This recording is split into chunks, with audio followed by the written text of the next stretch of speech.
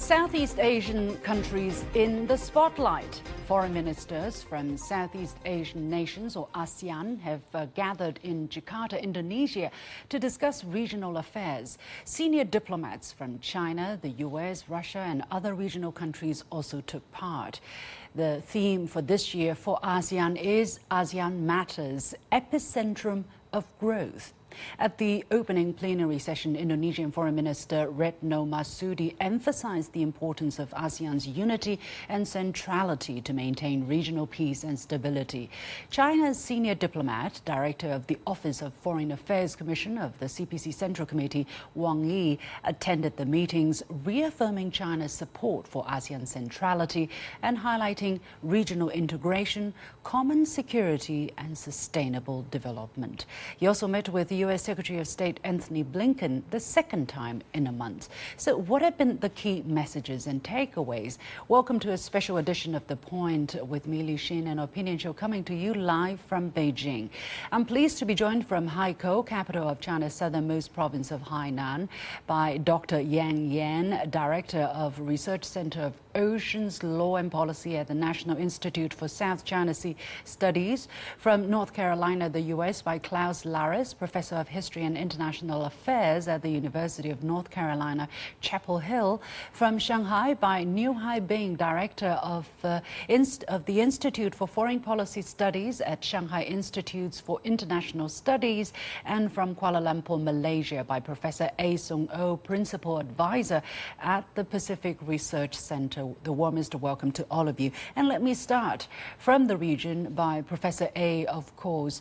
Now, the theme of this year's Indonesia chairmanship of ASEAN is ASEAN Matters, Epicentrum of Growth. What does that tell us about the aspirations of ASEAN, and what are the main tasks the foreign ministers set down to tackle?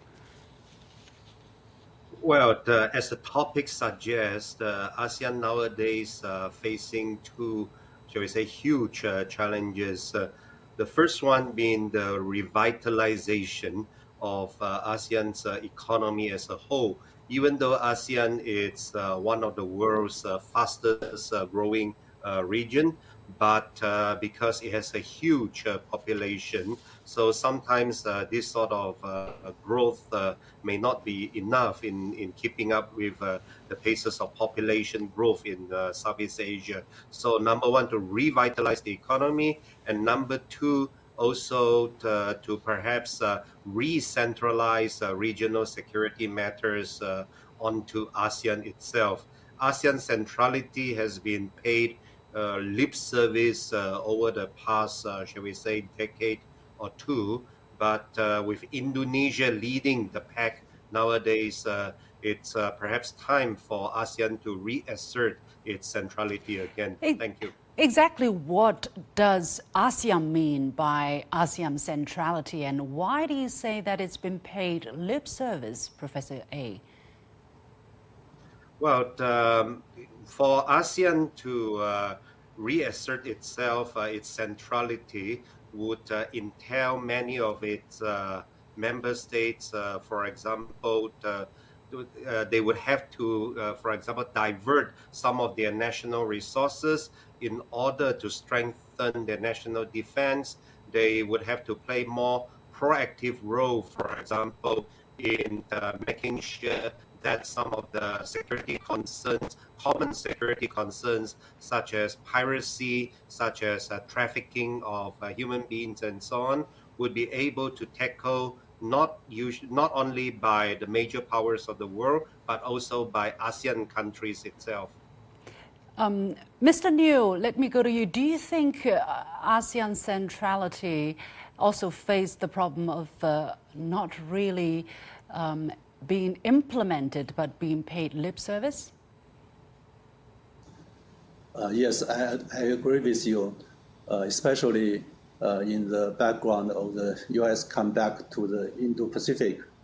It has established many mini multilateral groups which focus on the regional security, economic, and other issues, which attract attention to the central role played by the ASEAN countries. And I think at this time, we have to pay more attention to the vision and demands of the ASEAN countries about their own region's development priorities and approaches to solve the problems.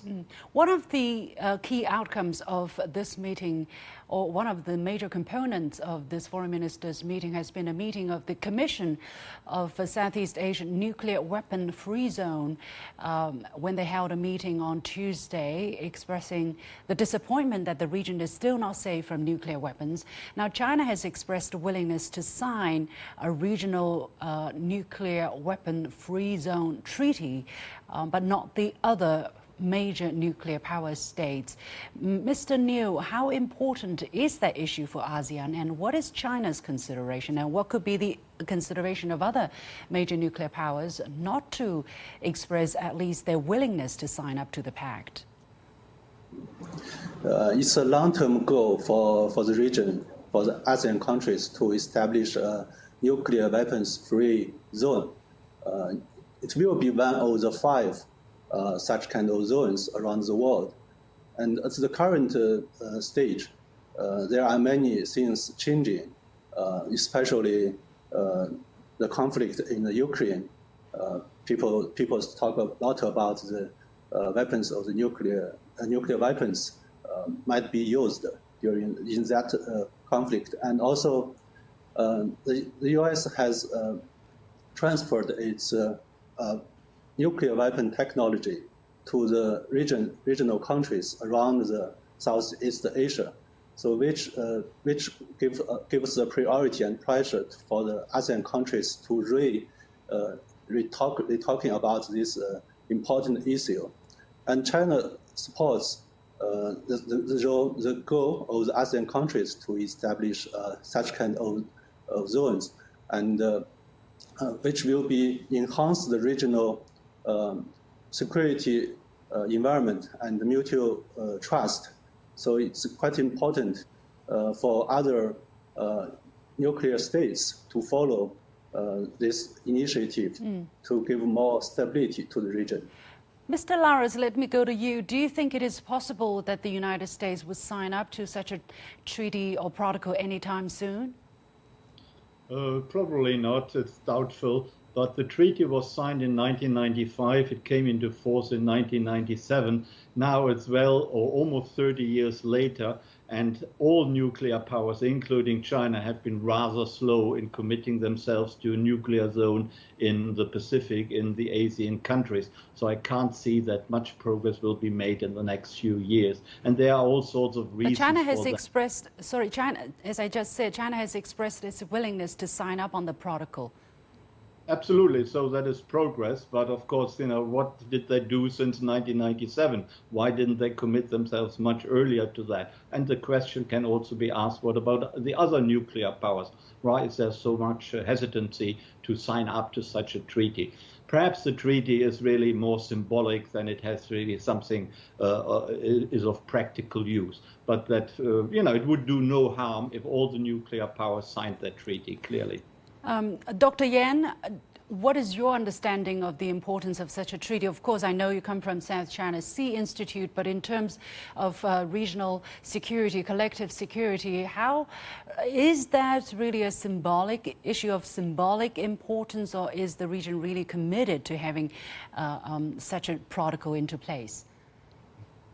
Yes, it's indeed very important, the Bangkok Treaty. We do see that in recent years, we see that many multilateral mechanisms like the Quad, like the AUKUS already bring concerns to the ASEAN countries. For example, like the ASEAN countries recently, for the past 2 years, they expressed their concerns of a nuclear arms race and arms force more involvement of the extra-regional countries in the region. Therefore, in such a background, I think the denuclearization is much more important than like 10 years before. And China has been supportive of the Bangkok Treaty for many years, and I think that is the way for China to show its genuine desire to maintain stability and peace in the region. All right, let's focus on what China said. China's senior diplomat said during the meeting, some of the statements that China made. For instance, Wang Yi said that China has reached a consensus with Indonesia, Thailand, Malaysia, Myanmar, Laos and Cambodia on building a community with a shared future. Professor A, from regional countries' perspective, what specific implications will such a status carry for these countries? What do they understand? Well, I think from the Southeast Asian perspective, prospering together or prosperity for the region would be of utmost importance. We welcome more investment from China. We welcome more trade with China.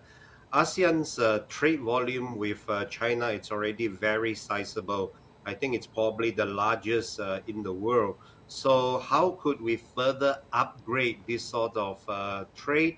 For example, should we nowadays place more focus, more emphasis on trade in services in addition to trade in goods?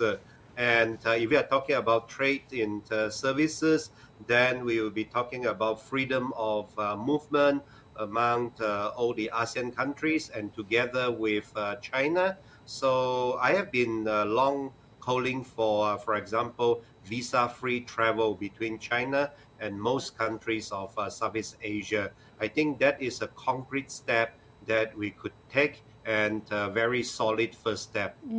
Well, Mr. Niu, let me go to you for the Chinese perspective. Indeed, China and ASEAN are each other's largest trading partner for the past 3 years. China is number one for ASEAN, for instance, followed by the US, EU, and then Japan. And this year, bilateral trade is expected to exceed $1 trillion.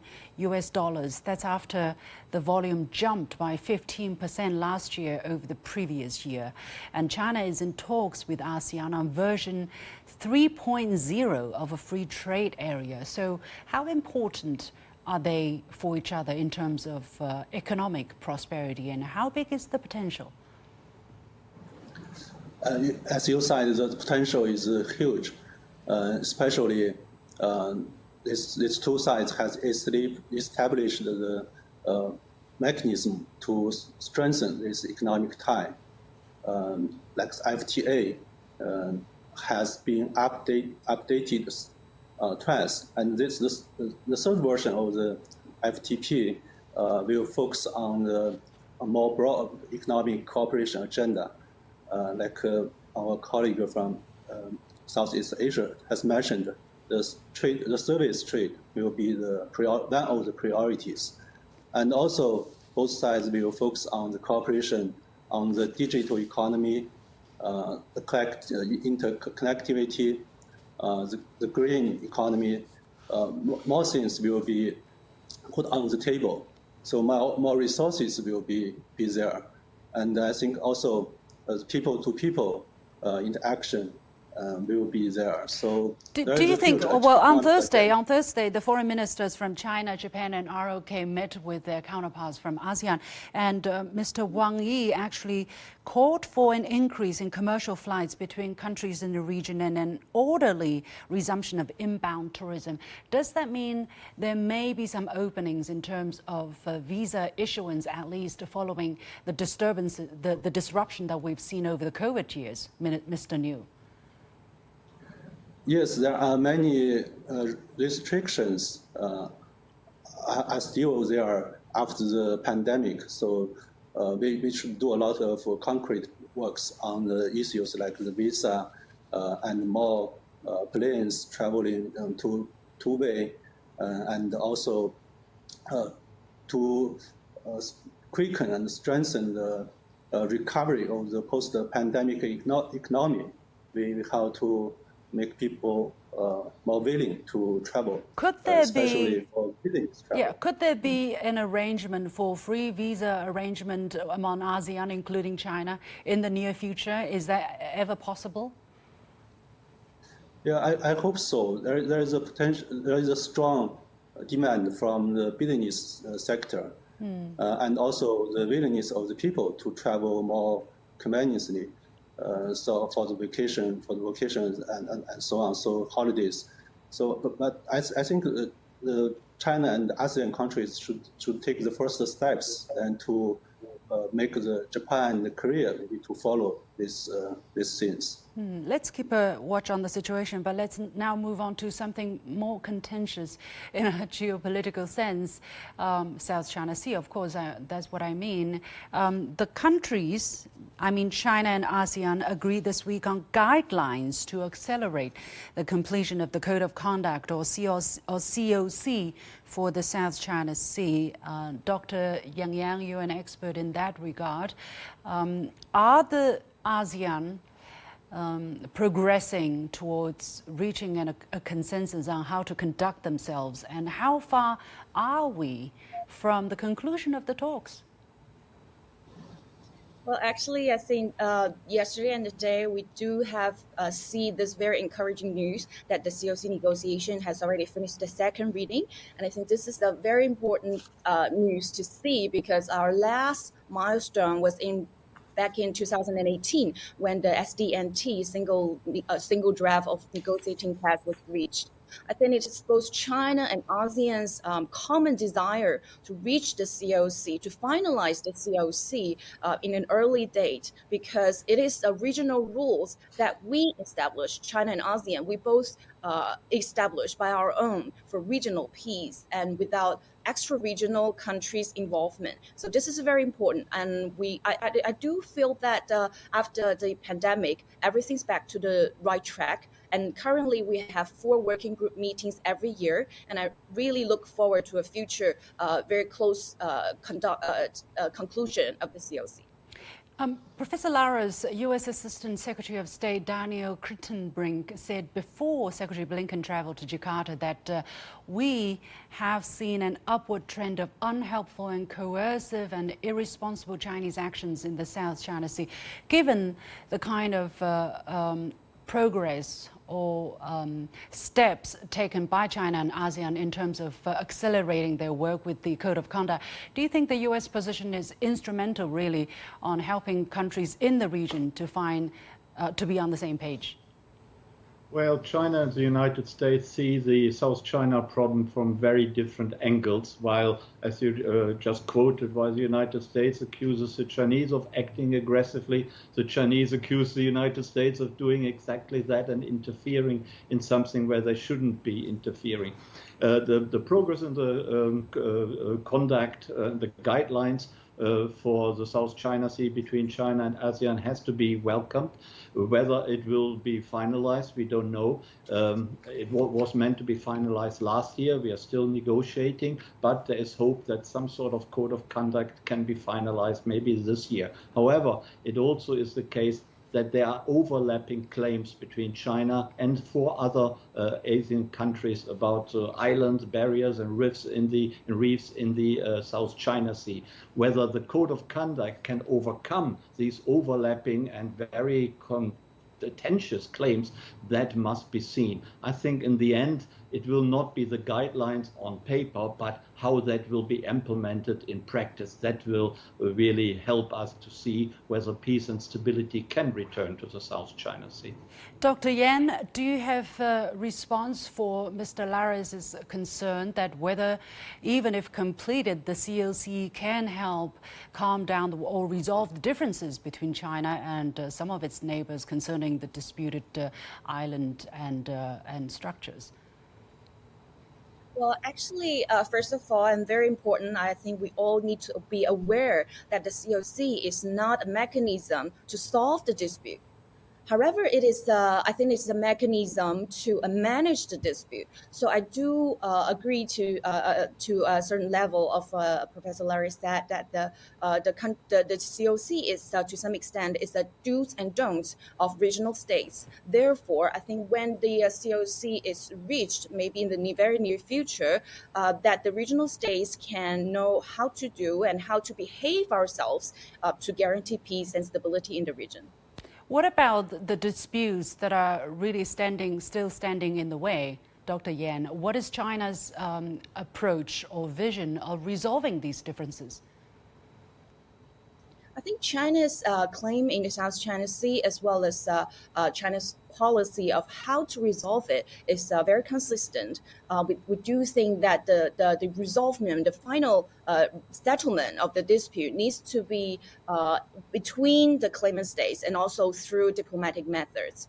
And I do not see the settlement could be happening in the very near future. I think it just takes time, because the South China Sea dispute is the most complicated maritime dispute in the whole world, involving 5 countries, involving more than 200 features in the ocean. So it's very extremely and highly a controversial issue. Mm-hmm. But I do think that with the COC negotiation, and also with the maritime cooperation projects, many of the projects are ongoing, and with many of the low-hanging fruit, and also with the China-ASEAN series of meetings, both multilateral one and bilateral one, I think that we can work together to guarantee peace and stability before the settlement of the final dispute. Well, last month, the U.S., Japan and the Philippines conducted drills near the South China Sea. And this week, during ASEAN's foreign ministers' meeting, Japanese Minister of Foreign Affairs Yoshimasa Hayashi said, "Our region and the world are facing various challenges, such as Russia's aggression against Ukraine, unilateral attempts to change the status quo by force or coercion in the East and South China Seas." Professor A, do you perceive that Japan is involving itself more in the security affairs in the region, and where they shouldn't really be in China's perspective? Well, Japan, I think since at least a decade ago, has been trying to so-called re-normalize itself, or at least from its perspective. And that would imply that Japan would take a more proactive stance when it comes to regional security matters. We do see more Japanese involvement in security and defense matters, especially in security and defense cooperations with a number of Southeast Asian countries. Previously, some of these collaborative efforts were undertaken by the United States, but it would appear that nowadays Japan, number one, it's also taking part in some of these collaborative efforts, and perhaps there's some degree of coordination between Japan and the United States when it comes to regional security collaborations. Is that welcome? I mean, does that make common security more in sight for countries in ASEAN? Professor A.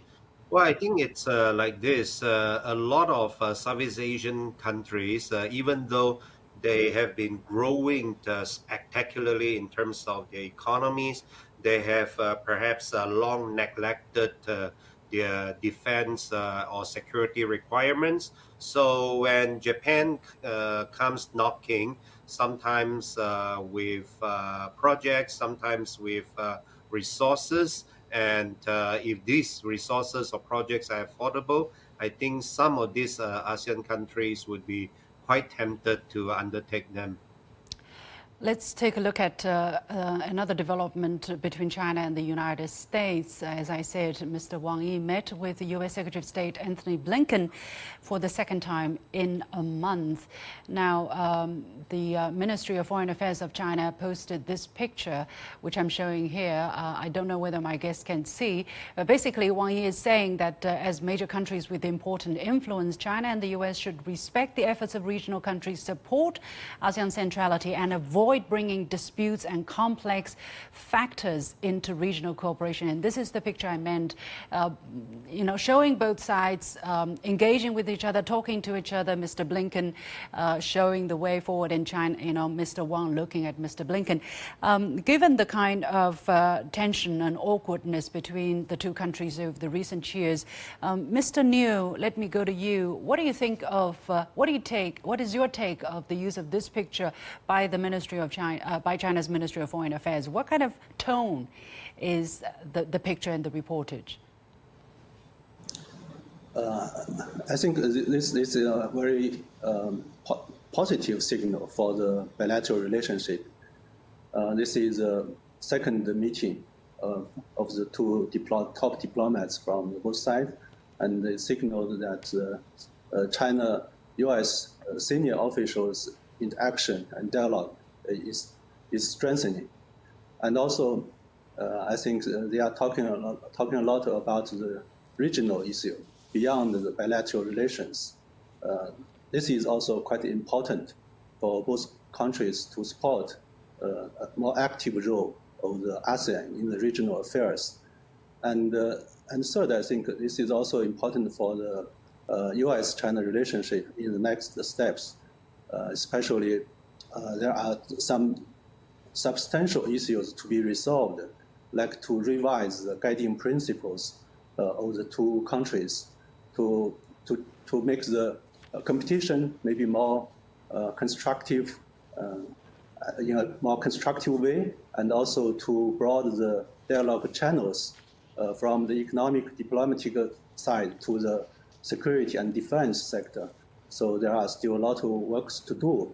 So I think this meeting is highly needed for the countries and the world. Yeah. Professor Larres, on the same day, though, a U.S. Navy plane flew over the Taiwan Strait. Which signal should people take? Are they talking or are they flexing muscles at the same? Oh, this is the picture of today that people have to understand. Well, the United States views the Taiwan Straits as international waters, so they are fully entitled to fly planes over international waters. That would be the American response to that. But I would like to also say that I believe both sides, both China and the United States, at the moment are in the process of trying to improve the bilateral relationship. Both sides have recognized that it's a dead-end street to just criticize each other, to fight trade wars, to fight other wars of words, that doesn't lead to anything. So I think both sides are engaging right now. You mentioned Blinken's second visit and second meeting with Wang Yi. Then we had Yellen, the Treasury Secretary, in Beijing recently. Then the new Chinese ambassador to Washington was received at the Pentagon. John Kerry is coming next week to Beijing. These are all good signs. Of course, the meetings, the talks need to lead to something. But without talking first, you will never have meetings. So I think we can be hopeful that the relationship will gradually get better. But I have to say, new restrictions are coming. The United States is imposing new technological restrictions on China about defense equipment, about artificial intelligence, about chips which are not being able to be delivered to China. That will also increase the tension between the two sides. But let's hope that the talking we have seen recently, that will be able to overcome the renewed tension, which we will also see in the near future. Dr. Yan, very briefly, I have 20 seconds in terms of South China Sea, as China and the United States step up their engagement, at least for the time being. What do you foresee in the near future in terms of the temperature of the waters there, if you know what I'm talking about? Yes. I do think that the United States, first of all, need to be really aware that it's not a claimant state of the South China Sea dispute, neither does it as a claimant state of the in the East China Sea. But I think that the most important thing, talking about maritime affairs between China and the United States, is still how to avoid miscalculation and misperception in terms of when it comes to a close encounter. All right. Yes, to avoid those tragic incidents. We have to leave it there. Many thanks to my guests, Dr. Yan Yang, Klaus Larres, Niu Haibin, and A Sung Oh. Thank you for your insights. With that, we come to the end of this edition of The Point with me, Liu Xin. As always, you can follow me on Facebook and Twitter using the handle Liu Xin. In Beijing, I'll be away for 2 weeks of holidays. See you when I'm back. Meanwhile, you've got The Point and have a good time.